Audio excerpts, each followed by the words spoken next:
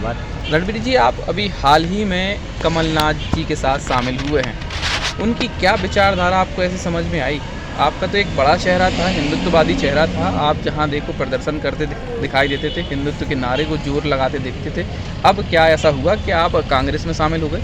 और जब हम लोग कार्यालय में पहुंचे तो वहां पर माननीय कमलनाथ जी ने जय श्री राम का नारा भी लगाया, हनुमान चालीसा का पाठ भी हमारे साथ किया।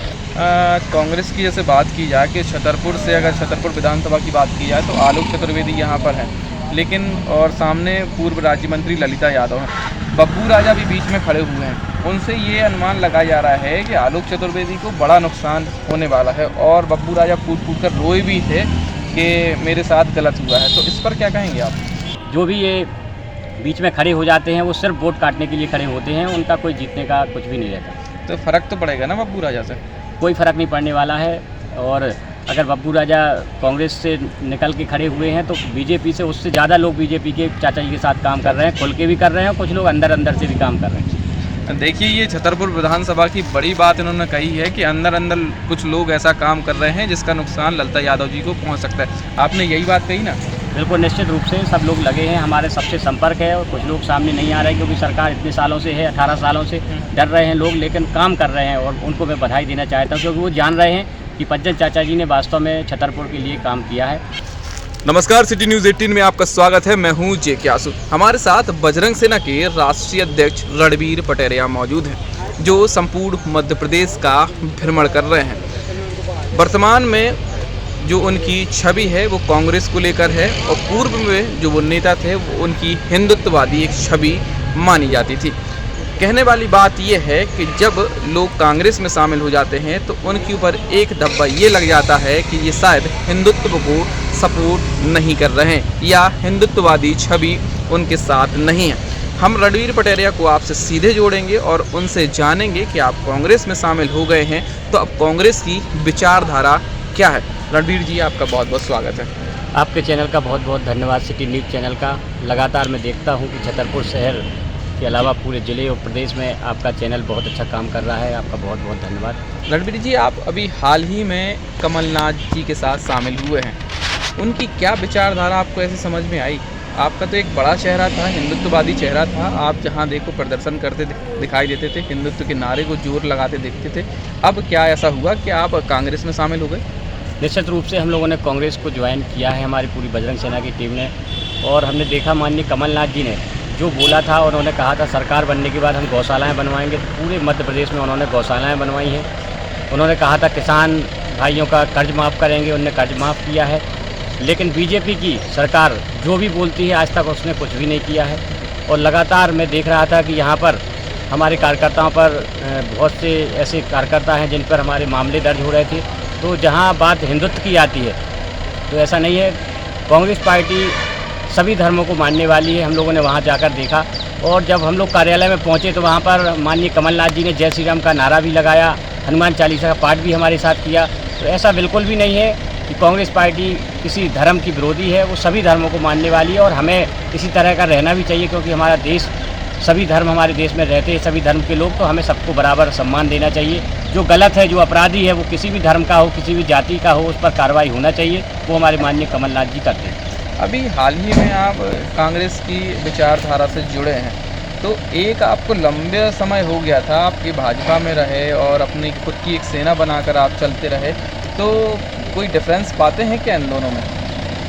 इसमें बहुत डिफरेंस है। जो भाजपा मैंने देखा है, इतने सालों में रहा हूँ, जो भाजपा कहती है वो कभी नहीं करती है, और जो कांग्रेस माननीय कमलनाथ जी ने जो भी कहा था वो सब किया है और इस बार भी उन्होंने जो वादे किए हैं वो भी करेंगे। उन्होंने बिजली का भी किया था कि 100 रुपये में 100 यूनिट बिजली वो भी दी थी। तो इस बार तो उन्होंने कहा है कि 100 यूनिट फ्री और 200 हाफ। बच्चों के लिए भी उन्होंने बोला है कि कक्षा 1 से 5वीं तक के बच्चों को 500 रुपये देंगे पढ़ाई के लिए हर महीने। 1 से 8वीं तक के बच्चों को, 8वीं और 9वीं और 10वीं के बच्चों को 1000 रुपये देंगे और 11वीं और 12वीं के बच्चों को 1500 रुपये प्रति माह दिया जाएगा। जैसे कि आप मध्य प्रदेश की अगर बात की, आप तो कांग्रेस की विचारधारा से जुड़ गए हैं तो स्वाभाविक है आप कांग्रेस की ही बात करोगे, है ना? तो लगभग कितनी सीटें आप लोग पाने वाले हैं? अभी तक आप लोग तो आप ही के चैनलों के माध्यम से मैं देख रहा हूँ, लगातार 130 से ज़्यादा सीटें दिखा रही है। बाकी हमें जो हमारा आकलन है, जो हमारी टीमें काम कर रही हैं, उसके आकलन के अनुसार कम से कम 150 सीटें कांग्रेस की आने वाली है। इस बार बहुत तेज़ लहर है कांग्रेस की, क्योंकि पिछली बार भी कांग्रेस की सरकार आ गई थी, लेकिन इन लोगों ने, बीजेपी के लोगों ने उनके विधायकों को खरीदकर उसको सरकार को गिराया। संविधान का जो दुरुपयोग हुआ वो सभी पूरा जनता जानती है मध्य प्रदेश में। इसी वजह से एक जनता में आक्रोश भी है कि इस तरीके से सरकार को नहीं गिराना चाहिए था। सरकार चलने देते, वो क्या काम कर रही थी, क्या नहीं कर रही थी, उसके बाद जनता निर्णय करती, लेकिन जनता के निर्णय को इन्होंने नकारा और उस सरकार को गिराकर अपनी सरकार बनाई। इसलिए इस बार पूरे मध्य प्रदेश में बहुत अच्छा माहौल है और निश्चित रूप से माननीय कमलनाथ जी सरकार बना रहे हैं। जैसे कि आप छतरपुर के रहवासी हैं, पूरे ज़िले का लगातार भ्रमण कर रहे हैं, मैंने भी देखा आपको, कई आप अलग अलग विधानसभाओं में जा रहे हैं, तो क्या लगता है छतरपुर की स्थिति? छतरपुर की स्थिति बहुत अच्छी है और मुझे तो ऐसा लगता है कि पिछली बार बीजेपी 5 सीटें यहाँ पर हारी थी और इस बार 6 में से 6 सीटें ही यहाँ पर हारेगी। और बुंदेलखंड में भी अच्छा प्रभाव, पन्ना, मैंने टीकमगढ़ में, दमोह, सब जगह जा रहा हूँ, वहाँ पर भी बहुत अच्छा कांग्रेस का माहौल है और लगभग यहाँ पर पूरी ही सीटें यहाँ पर कांग्रेस को मिलेंगी।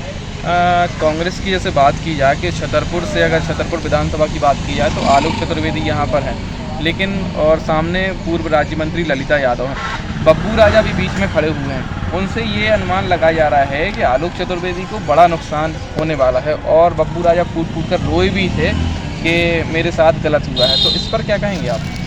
निश्चित रूप से जब कोई कार्यकर्ता हमारी पार्टी से जाता है तो उसका नुकसान पार्टी को उठाना पड़ता है, लेकिन ऐसा नहीं है कि सिर्फ कांग्रेस के ही लोग गए हों। बीजेपी के भी बहुत से कार्यकर्ता, बहुत से पदाधिकारी कांग्रेस में शामिल हुए हैं, तो लगभग बराबर होता है। वो जिसने सेवा की है, जिसने 5 साल 10 साल लोगों के बीच में रहा है, जिसने लोगों की समस्याओं को सुना है, जिसने बड़े बड़े काम किए हैं, जनता उसी को चुनेगी। क्योंकि पज्जन चाचा जी ने 1 रुपये में लोगों को भोजन कराया, चाचा जी ने टैंकर बांटे, जब कोरोना काल चल रहा था उस समय ऑक्सीजन सिलेंडर बांटे। तो कहीं ना कहीं जब लोग समस्या में रहते हैं उस समय जो नेता खड़ा होता है जनता के साथ, जनता उसी को चुनती है। इसमें निश्चित रूप से इस बार चाचा बहुत अच्छे मार्जिन से जीतने वाले हैं और जो भी ये बीच में खड़े हो जाते हैं वो सिर्फ वोट काटने के लिए खड़े होते हैं, उनका कोई जीतने का कुछ भी नहीं रहता। तो फ़र्क तो पड़ेगा ना बब्बू राजा से?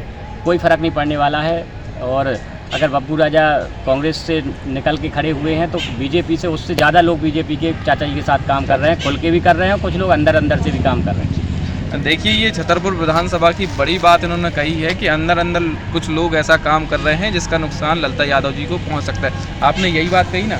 बिल्कुल, निश्चित रूप से सब लोग लगे हैं, हमारे सबसे संपर्क है और कुछ लोग सामने नहीं आ रहे क्योंकि सरकार इतने सालों से है, 18 सालों से डर रहे हैं लोग, लेकिन काम कर रहे हैं और उनको मैं बधाई देना चाहता हूँ क्योंकि वो जान रहे हैं कि पज्जन चाचा जी ने वास्तव में छतरपुर के लिए काम किया है और हम सबको मिलके वास्तव में जो अच्छा काम करें।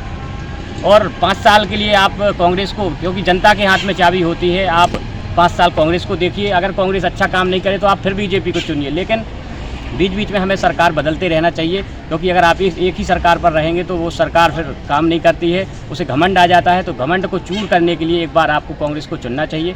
तो यहाँ पर पज्जन चाचा जी बढ़िया काम कर रहे हैं और हम सब, हमारी भी बजरंग सेना की टीम उनके साथ लगी हुई है। गांव-गांव हम लोग जा रहे हैं और उन रिस्पॉन्स मिल रहा है कि लोग बता रहे हैं कि हाँ, हम आप चाचा जी हमारे पास आए हैं। कहीं भी कोई मंदिर का काम हो, जीर्ण अवस्था में जो मंदिर डले थे, ऐसा कोई मंदिर नहीं बचा जहाँ पर चाचा जी के द्वारा सहयोग नहीं हुआ हो।